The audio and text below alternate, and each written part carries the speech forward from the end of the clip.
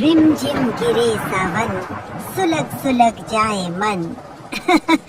गोरी, ओ भाग्यवान, सुनती हो? काहे सुबह सुबह अपनी फटी बांस जैसी आवाज में सुर लगा रहे हो कव्वाजी? क्या बात है?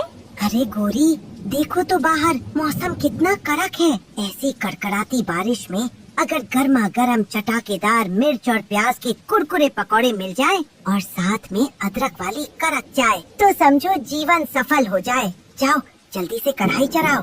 अच्छा जी, पकौड़े खाने के नवाब आए हैं। जरा जाकर रसोई में देखो। कल ही जो मिर्च और प्याज लाए थे वो इतने महंगे थे कि मेरे सोने के झुमके जितने कीमती लग रहे थे, और तुम्हें इस बारिश में पकौड़े उड़ाने हैं। अरे गोरी मेरी जान, तुम जब पकौड़े बनाती हो तो पूरा मोहल्ला खुशबू से महक उठता है। तुम्हारी इस कला के आगे तो जहान की सारी रसोइयाँ फेल है। अब कंजूसी छोड़ो, अपनी इस कला का जादू दिखाओ और जल्दी से पकौड़े छानो। चल हट, बड़ा आया मक्खन लगाने वाला। ठीक है, बैठो नवाब साहब। आज ऐसे कुरकुरे पकौड़े बनाऊंगी कि तुम उंगलियां चाटते रह जाओगे। तभी रसोई से पकौड़े तलने की छन छन आवाज आने लगती है और पूरे इलाके में खुशबू फैल जाती है। कालू कौवा थाली और चम्मच लेकर टेबल पर बैठ जाता है और तभी बाहर से रानू चिड़िया की आवाज आती है। जंगल में अचानक आई कड़कड़ाती सर्दियों और तेज बारिश के बीच एक पुराने पेड़ के छोटे से घोंसले में रानू चिड़िया अपने परिवार के साथ रहती थी। लगातार होती बारिश के कारण उनके घर में अनाज का एक दाना भी नहीं बचा था। रानू का मासूम बच्चा कुक्कू ठंड और भूख के कारण कमजोर महसूस कर रहा था। मम्मा, ओ मम्मा, मुझे बहुत तेज ठंड लग रही है। इस ठंडे मौसम में मेरा कुछ गर्मा गर्म खाने का मन कर रहा है। पड़ोस के घर से मिर्च प्याज के पकौड़ों की कितनी अच्छी खुशबू आ रही है। क्या मुझे भी पकौड़े मिलेंगे मम्मा? कुकू, मेरे बच्चे, मत रो बेटा, तेरी मम्मा यही है। देख, मैं तुझे अपने सीने से लगाकर बैठी हूँ ना, तू बस थोड़ी देर अपनी आंखें बंद कर। मैं अभी तेरे लिए कुछ खाने का इंतजाम करती हूँ। बाहर तेज बारिश हो रही है, पर एक माँ का दिल बच्चे की इच्छा पूरी करने के लिए बेचैन था। रानू मदद की उम्मीद लेकर अपने अमीर पड़ोसी कालू कव्वे और गोरी कव्वे के आलीशान घोंसले पर जा पहुँची, जहाँ गर्मा गर्म पकौड़े तले जा रहे थे। गोरी बहन, ओ गोरी बहन, कालू भाई, जरा बाहर आओ।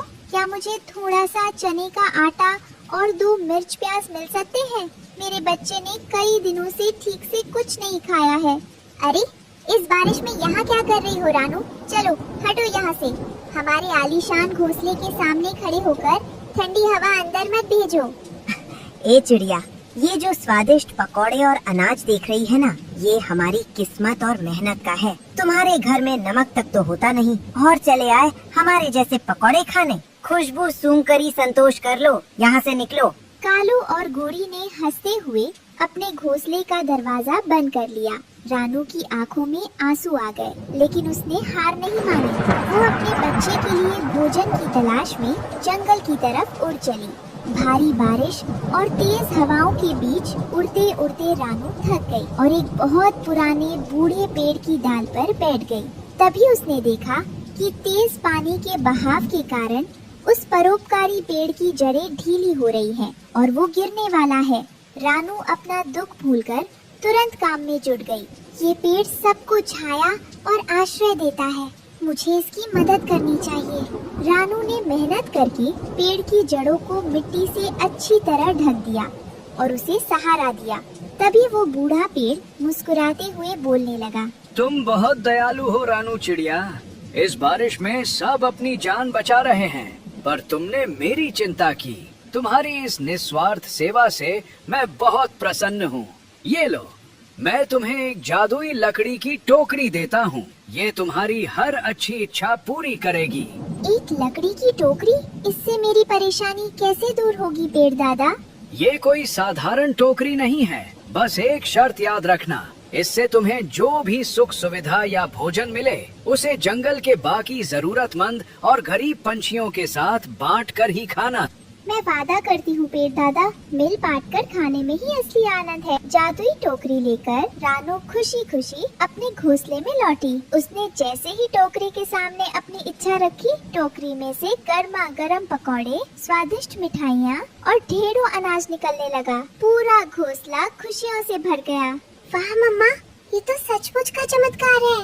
इतने सारे स्वादिष्ट पकौड़े और मिठाइयाँ। रानू ने अपना वादा निभाया। उसने नीलम वन के सभी गरीब और भूखे पंछियों को अपने घर बुलाया और सबको भरपेट स्वादिष्ट पकौड़े परोसे। पूरे जंगल में रानू की दरियादिली की तारीफ होने लगी। ये देखकर कालू कौवा और गोरी कव्वी का घमंड पल भर में चकनाचूर हो गया कि जिसे उन्होंने दुत्कारा था, आज वो पूरे जंगल को दावत दे रही है। रात के अंधेरे में लालची कालू कव्वे ने सोचा कि क्यों ना वो रानू के घर से उस जादुई टोकरी को चुरा ले ताकि वो सबसे अमीर बन जाए। वो चुपके से रानू के घोंसले में घुसा और टोकरी उठा ली। अब ये जादुई टोकरी मेरी है। टोकरी, मुझे जल्दी से स्वादिष्ट मेंढक का अचार और पकौड़े दो। लेकिन गलत नियत से छुई गई टोकरी ने कालू को सबक सिखाने का फैसला किया। टोकरी से पकौड़े नहीं बल्कि ढेर सारे नटखट और उछलते हुए मेंढक बाहर निकल आए, जो कालू के ऊपर कूदने लगे और उसे चिढ़ाने लगे। कालू डर के मारे टोकरी वहीं छोड़कर बचाओ बचाओ चिल्लाता हुआ भाग खड़ा हुआ। अगली सुबह बारिश थम चुकी थी और आसमान में सुनहरी धूप निकल आई थी। कालू और गोरी कव्वी अपनी गलती पर बेहद शर्मिंदा होकर रानू के पास पहुँचे। रानू बहन, हमें माफ कर दो। हम अपने धन के घमंड में अंधे हो गए थे, लेकिन तुमने अपनी जादुई टोकरी का इस्तेमाल खुद गर्जी के लिए नहीं बल्कि सबकी भलाई के लिए किया। तुम सचमुच महान हो। हाँ रानू बहन, आज से हम भी अपना अनाज सबके साथ बांट कर खाएंगे और कभी किसी का अनादर नहीं करेंगे। कोई बात नहीं कालू भाई, गोरी बहन। सुबह का भूला अगर शाम को घर लौट आए तो उसे भूला नहीं कहते। आइए हम सब मिलकर इस नए सवेरे का आनंद लें। अब पूरा होगा ना? हरिया तोता उड़कर रानू के पास आते हुए कहता है, राम राम टुन्नू भाई, राम राम रानू बहन। बिल्कुल कुकू बेटा, इस बार हम सबका सपना जरूर पूरा होगा। कल सुबह हम इन बैंगनों की कटाई करेंगे और इन्हें बाजार में अच्छे दामों पर बेचेंगे। शाम का समय था। दोनों परिवार खेत के किनारे बैठकर बातें कर रहे थे। पिछले साल आए भयंकर तूफान में उनके कच्चे घोंसले टूट गए थे, इसलिए इस बार उनकी आंखों में एक बहुत बड़ा सपना था। रानू बहन, मैं तो सोचकर ही खुश हो रही हूँ। इस फसल को बेचकर जो पैसे मिलेंगे उससे हम अपने बच्चों के लिए एक पक्का और मजबूत घर बनाएंगे। फिर किसी भी तूफान का डर नहीं रहेगा। हाँ हरियाली बहन, जब तेज हवाएं चलती हैं और बारिश होती है तो मेरा दिल कुकू के लिए घबराने लगता है। इस बार हम ऐसा मजबूत घर बनाएंगे जो कभी नहीं टूटेगा। हमारे बच्चों का भविष्य सुरक्षित हो जाएगा। बिल्कुल, हम दोनों परिवार मिलकर एक ऐसा आशियाना बनाएंगे जहां हम सब हमेशा साथ रहेंगे। सुख दुख का ये साथ कभी नहीं छूटेगा। जहां एक तरफ दोनों परिवार खुश थे, वहीं दूसरी तरफ पेड़ की एक घनी झाड़ी के पीछे कोई छुपा हुआ था। वो था दुष्ट कालू कौवा और उसके लालची चूहों का दल। वे दोनों परिवारों की इस शानदार फसल को बर्बाद करने की योजना बना रहे थे। देखो इन्हें, कैसे बड़े बड़े सपने देख रहे हैं। पक्का घर बनाएंगे। चूहे भाइयों, जैसे ही ये लोग रात को सोएंगे, हम इनके खेत पर हमला कर देंगे। सारे बैगन या तो हम खा जाएंगे या नष्ट कर देंगे। हाँ कालू भाई, इतने रसीले और बड़े बैगन देखकर तो हमारे मुंह में भी पानी आ रहा है। कल सुबह होने से पहले ही हम पूरा खेत साफ कर देंगे। अगली सुबह हो चुकी थी। रानू चिड़िया, टुन्नू, हरिया और हरियाली टोकरियां लेकर खेत पर पहुंच गए थे। फसल कटने ही वाली थी, लेकिन तभी हवा का रुख बदलने लगा। तभी दूर से किसी के धीरे धीरे चलने की आवाज आई। चलिए हरिया भाई, भगवान का नाम लेकर कटाई शुरू करते हैं। हाँ रानू बहन, अरे ठहरो, उधर देखो, पेड़ के पास से कौन आ रहा है? लाठी टेकते हुए कोई इस तरफ ही बढ़ रहा है। ये तो कोई बहुत बूढ़े साधु बाबा लग रहे हैं, लेकिन उनकी हालत ठीक नहीं लग रही।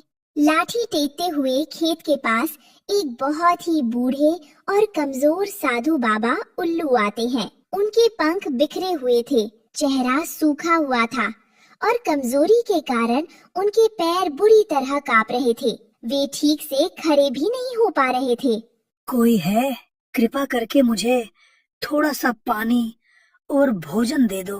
मैं कई दिनों से भूखा प्यासा भटक रहा हूँ। मेरे शरीर में अब जान नहीं बची। इतना कहते ही साधु बाबा के हाथ से लाठी छूट जाती है और वे चक्कर खाकर खेत की मिट्टी पर बेहोश होकर गिर पड़ते हैं। अरे बाबा, टुन्नू जी, हरिया भाई, जल्दी चलो, बाबा बेहोश हो गए हैं। सब दौड़कर साधु बाबा के पास पहुंचते हैं। टुन्नू तुरंत कुकू से पानी मंगवाता है और बाबा के चेहरे पर छिड़कता है। बाबा धीरे से अपनी आंखें खोलते हैं, लेकिन भूख के मारे उनके मुंह से आवाज नहीं निकल रही थी। बाबा, आप चिंता मत कीजिए, आप सुरक्षित हैं। रानू बहन, बाबा बहुत भूखे हैं। इन्हें तुरंत कुछ खिलाना होगा, नहीं तो इनके